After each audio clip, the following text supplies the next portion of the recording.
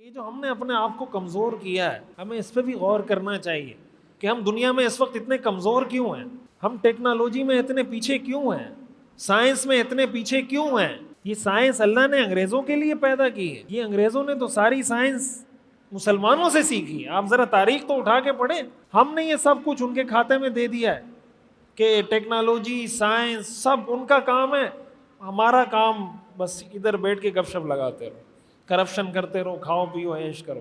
قرآن میں آتا ہے وَأَعِدُّوا لَهُم مَّا اسْتَطَعْتُم مِّن قُوَّةٍ، کافروں کے خلاف جتنی تیاری کر سکتے ہو اپنی تیاری کر کے رکھو۔ وَمِن رِّبَاطِ الْخَيْلِ، گھوڑے تیار کر کے رکھو۔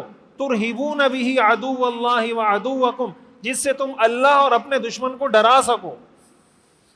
پاکستان اتنی ساری کمزوریوں کے باوجود پوری دنیا کے کافروں کی نظر میں اس لیے کھٹکتا ہے کہ پاکستان کے پاس ایٹم بم ہے۔ پاکستان کے پاس کیا ہے؟ Atom bomb.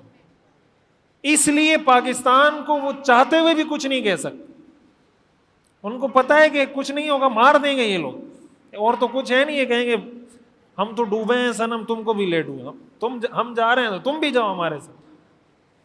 اب یہ کیا ہے؟ اس کی وجہ سے کافروں کے دل میں رعب ہے، اس ایٹم بم کی وجہ سے کافروں کے۔ تو یہ ایٹم بم مٹی سے تو نہیں بنتا نا، اس کے لیے ٹیکنالوجی چاہیے، اس کے لیے سائنس کا علم چاہیے۔ کیا خیال ہے؟ تو اگر سائنس کا علم نہیں ہوگا تو ایٹم بم بنا سکتے ہیں ہم؟ اس کا مطلب یہ ہوا کہ سائنس کا ایسا علم، ٹیکنالوجی کا ایسا علم جس کی وجہ سے آپ کافروں پہ اپنی دھاک بٹھا دیں، اپنا رعب بٹھا دیں کہ وہ ڈریں کہ بھائی ان سے پنگا نہیں لینا۔ آپ دیکھیں مسلمان ملکوں میں ایک پاکستان ہے جس کے پاس ایٹم بم ہے، 56 ملکوں کے پاس نہیں۔ اتنے بڑے بڑے ملک ہیں۔ اسرائیل کے پاس دنیا میں سب سے زیادہ ایٹم بم، امریکہ سے بھی زیادہ ایٹم بم اسرائیل کے پاس ہے۔ امریکہ بھی اسرائیل کا غلام ہے، آپ کو یہ بات پتہ ہونی چاہیے۔ امریکہ اسرائیل کی مدد خوشی سے نہیں کرتا، امریکہ کا پورا نظام اسرائیل کے ہاتھ میں، یہ ان کا دماغ ہے، یہ ان کا قبضہ ہے ٹیکنالوجی پر، پوری دنیا کی میڈیا کی انڈسٹری پر اسرائیل کا۔ آپ کو یہ جان کر حیرت ہوگی کہ اسرائیل میں سود پر پابندی ہے، اسرائیل میں سود لینا قانوناً جرم ہے، اسرائیل میں سود لینا جرم ہے، اور پوری دنیا کو انہوں نے سود میں جکڑا ہوا ہے۔ ان کے اپنے مذہب کے مطابق سود حرام ہے، اس لیے اسرائیل میں پابندی ہے، ان کو پتہ ہے یہ معیشت کو تباہ کرتا ہے، اور پوری دنیا کو انہوں نے سود کے شکنجے میں گھیرا ہوا ہے۔ یہ ان کا کیا ہے؟ دماغ ہے نا، تو وہ دماغ استعمال کر رہے ہیں نا، ہم کہاں استعمال کر رہے ہیں اس کو؟ ہم نے تو سنبھال کے رکھا ہوا ہے کہ 0 میٹر رکھو کہیں،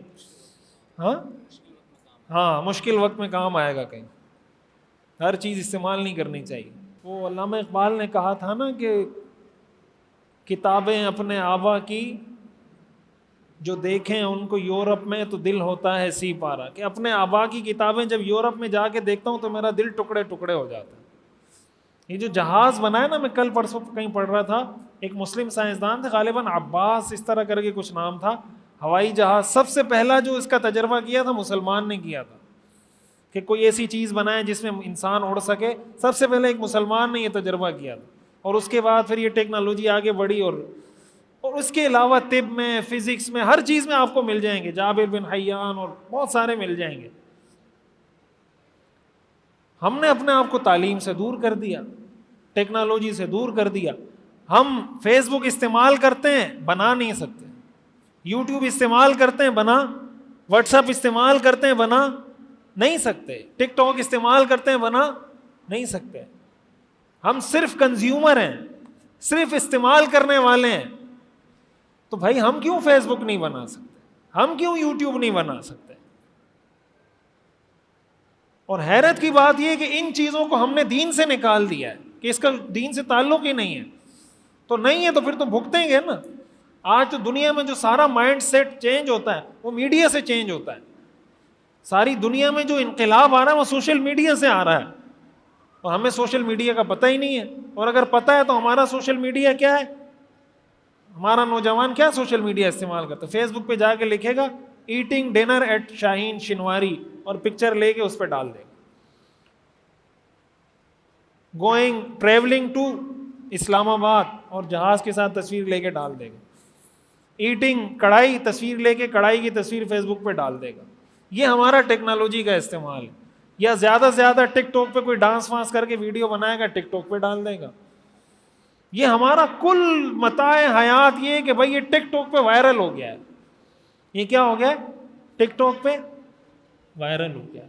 بچے یوٹیوب چینل بنا رہے ہیں, کوئی فیس بک کا پیج بنا رہا ہے, کوئی ٹک ٹاک کا چینل بنا رہا ہے. کوئی ایک آدھ بچہ مشہور ہو جاتا ہے, سارے بچے اس میں لگ جاتے ہیں کہ آپ یہ شروع کر دیں گے. یہ پڑھائی کون کرے گا؟ سارے یوٹیوب چینل بنائیں گے. کریں گے کیا یوٹیوب چینل پہ؟ آپ کے پاس مواد کیا ہے, کنٹینٹ کیا ہے, کیا پیش کریں گے؟